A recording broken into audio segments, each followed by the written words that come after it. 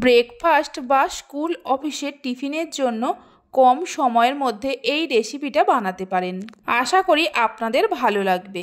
নমস্কার বন্ধুরা, রূপাস কিচেনে সবাইকে স্বাগতম। তাহলে চলুন রেসিপিটা দেখে নেওয়া যাক। শুরু থেকে শেষ পর্যন্ত দেখার জন্য আপনাদের কাছে অনুরোধ রইল।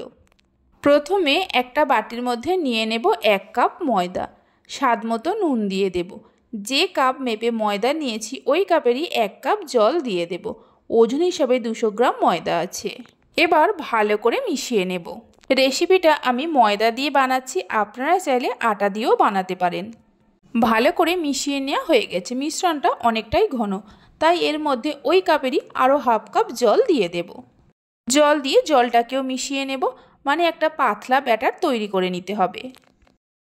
দেখুন, ঠিক এরকম একটা পাতলা ব্যাটার বানাতে হবে। ব্যাটারটা তৈরি করে নেওয়ার পর এর মধ্যে দিয়ে দেব একটা ছোট সাইজের গাজরকে গ্রেট করে নিয়ে, একটা মিডিয়াম সাইজের পেঁয়াজকে কুচিয়ে নিয়ে দিয়ে দেব, কিছুটা ধনেপাতা কুচি দিয়ে দেব, একটা কাঁচা লঙ্কাকে কুচিয়ে নিয়ে দিয়ে দেব, দুটো ডিমকে ভেঙে নিয়ে দিয়ে দেব। আপনারা চাইলে একটা ডিম দিয়েও বানাতে পারেন। সব কিছুকে খুব ভালো করে মিশিয়ে নেব। ছোট ছোট করে ক্যাপসিকামকে কুচিয়ে নিয়েও দিতে পারেন।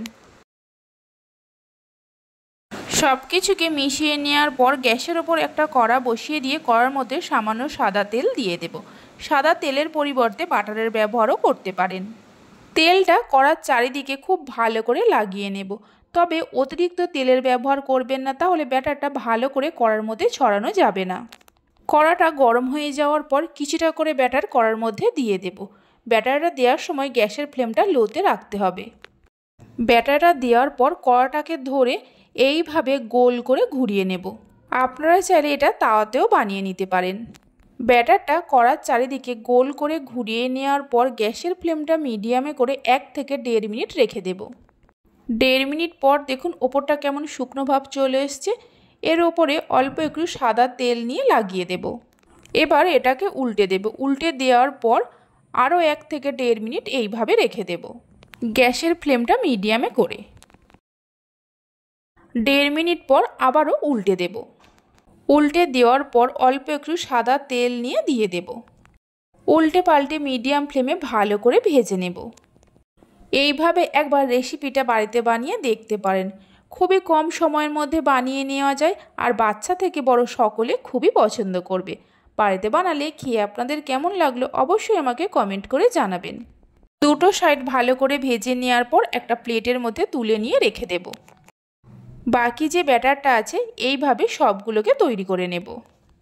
রেসিপি ভালো লেগে থাকলে অবশ্যই একটা লাইক করবেন, বন্ধুদের সঙ্গে শেয়ার করবেন। ভালো লাগলে চ্যানেলটি সাবস্ক্রাইব করে পাশে থাকা বেল আইকনটি প্রেস করবেন, নতুন রেসিপির আপডেট সবার আগে পাওয়ার জন্য। এইভাবে করে সবগুলোকে তৈরি করে নেওয়ার পর একটা করে প্লেটের মধ্যে নিয়ে তার মধ্যে অল্প একটু টমেটো সস দিয়ে দেব। টমেটো সসটা চারিদিকে খুব ভালো করে লাগিয়ে দেব। টমেটো সসটা আপনারা চাইলে কম বেশি করে নিতে পারেন।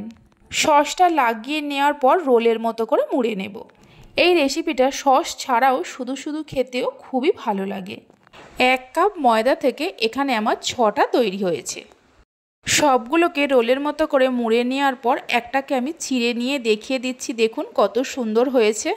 তাহলে চলুন ভিডিওটা আমি এখানেই শেষ করছি। আপনারা সবাই ভালো থাকবেন, সুস্থ থাকবেন। ধন্যবাদ।